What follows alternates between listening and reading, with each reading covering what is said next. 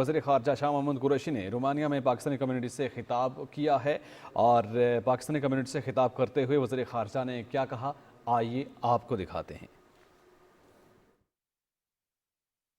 میری نظر میں رومانیہ کی اہمیت ہے اور آنے والے دنوں میں اس کی اہمیت اور بڑھ جائے گی۔ میری رومانیہ کے وزیر خارجہ سے سپٹمبر میں نیو یارک میں ملاقات ہوئی اور بہت اچھی نشست ہوئی۔ میں نے ان کے خیالات سنے اور میں نے پوٹینشل کو جانچا کہ رومانیہ پاکستان کے دو طرفہ تعلقات میں اس کے فروغ میں کتنا پوٹینشل ہے۔ And I came to the conclusion کہ مختلف فیلڈز میں تعلقات کو بڑھانے کے امکانات موجود ہیں۔ پچھلے مالی سال اگر آپ جائزہ لیں تو کووڈ کنڈیشنز کے باوجود آپ کی جو بائیلیٹرل ٹریڈ ہے اس میں 50.6% اضافہ ہوا۔ یورپ کے ساتھ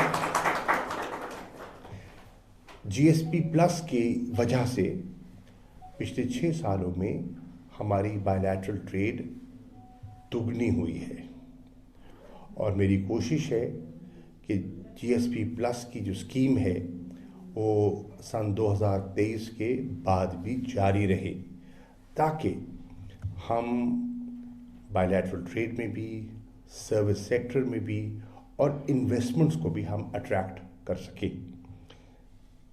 آپ کو یہ جان کر خوشی ہوگی کہ ہماری حکومت نے، آپ کی حکومت نے ایک فارن پالیسی میں شفٹ کیا ہے، from geopolitics to Jio economics.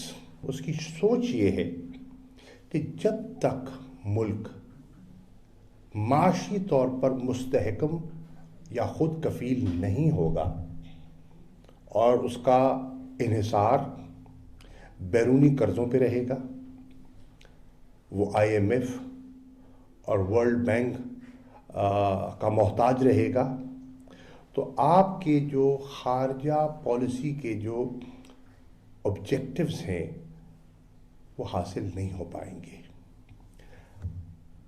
اگر آپ ایک مؤثر خارجہ پالیسی بنانا چاہتے ہیں، اس کو اپنانا چاہتے ہیں، تو ملک کو معاشی طور پر مستحکم کرنا ہوگا۔ پاکستانی ڈائسپورا یہاں تو محدود ہے لیکن یہاں بھی بڑھنے کے بہت امکانات ہیں اور انشاءاللہ بڑھے گی۔ اور میں کل انشاءاللہ جب وزیر خارجہ سے ملوں گا تو میں ان سے بات بھی کروں گا کہ کس طرح ہم مزید پاکستانیوں کے لیے رومانیہ میں آسانی پیدا کر سکتے ہیں۔ ہماری جو ڈائسپورا باہر ہے ان کی سہولت اور ان کی شکایات کو کم کرنے کے لیے وزیر اعظم عمران خان صاحب نے ایک سٹیزن پورٹل بنایا تھا اور اب میں نے فارن آفس میں ایک فارن منسٹر پورٹل بنایا ہے، اور اس پورٹل میں کوئی پاکستانی جہاں بھی رہ رہا ہے، ہمارے 114 مشن ہیں، وہ اس پورٹل کو ایکسیس کر کے اپنی تجویز، اپنی شکایت، اپنا مسئلہ ہم تک پہنچا سکتا ہے۔ اس ایف ایم پورٹل کے ذریعے ہم لوگوں کی لیے آسانی پیدا کریں، ہماری جو کاؤنسلر سروسز ہیں ان میں ہم بہتری لے کر آئیں، کیونکہ یہ میرا اپنا تجزیہ ہے اور عمران خان صاحب اس بات کے قائل ہیں کہ جو بیرون ملک پاکستانی رہ رہا ہے، تقریباً 90 لاکھ کے قریب پاکستانی ہیں جو بیرون ملک مقیم ہیں۔ یہ ملک کا بہت بڑا اثاثہ ہے۔ پچھلے مالی سال میں پاکستان کی تاریخ میں سب سے بڑی ریمیٹنسز کی ترسیل ہوئی ہے، تقریباً $30 ارب، جو پاکستان کی ایکسپورٹ سے زیادہ ہے۔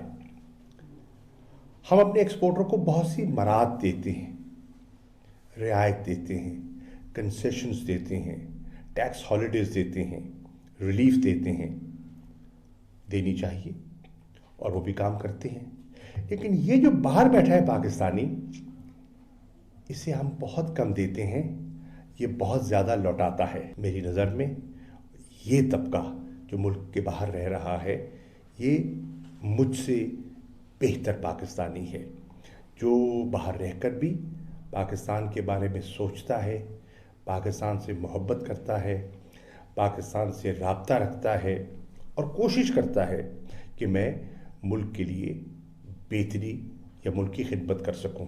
कम्युनिटी की अहमियत को समझते हुए हमारी हुकूमत ने इमरान खान साहब की सरबराही में एक फ़ैसला किया है और बहुत बड़ा फ़ैसला है, और इंशाअल्लाह उस फैसले के असरात आज नहीं तो कल महसूस होंगे। और वो क्या है? फ़ैसला ये है कि हमने कानून साजी कर दी है बड़ी मुखालफत के बावजूद कि हर पाकिस्तानी जो मुल्क से बाहर रह रहा है उसको हमने वोटिंग राइट दे दिया है कानून। अब उसका फ़ायदा क्या है? यहाँ तो आप कंट्रीब्यूट कर रहे हैं to the economic growth of the country through your remittances, लेकिन जब आपको वोटिंग का राइट मिल जाएगा तो आप पाकिस्तान में जो पॉलिसीज़ हैं उनको इन्फ्लुएंस करने के काबिल हो जाओगे। वो पाकिस्तानी सियासतदान, चाहे कोई भी किसी पार्टी का हो, पार्टियां आती जाती रहती हैं, हुकूमतें बदलती रहती हैं, उसे आपको कल को अहमियत देनी पड़ेगी। मैंने कोशिश की है और आपको जानकर ये खुशी होगी, आज पाकिस्तान के 114 मिशन सब ट्विटर पे, फेसबुक पे, इंस्टाग्राम पे ऑनलाइन है। पल पल की जो एक्टिविटीज़ हैं जो आप करते हैं वो हमें पहुंचती हैं।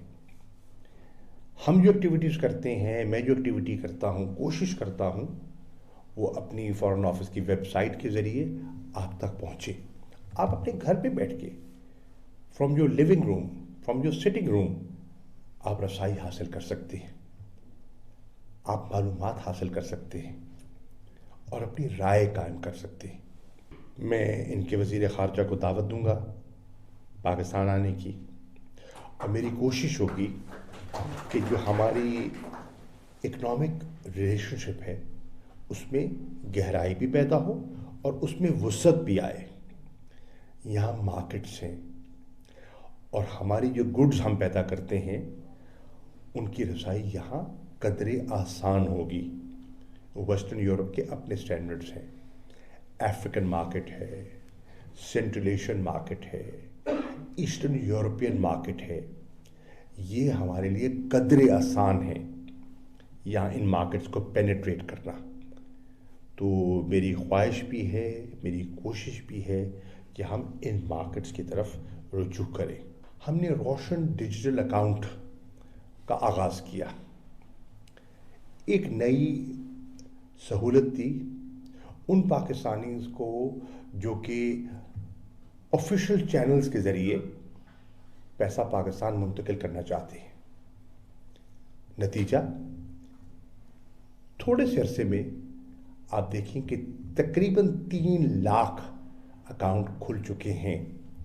तकरीबन 3 अरब डॉलर उन अकाउंट्स के ज़रिए पाकिस्तान पहुंच चुका है।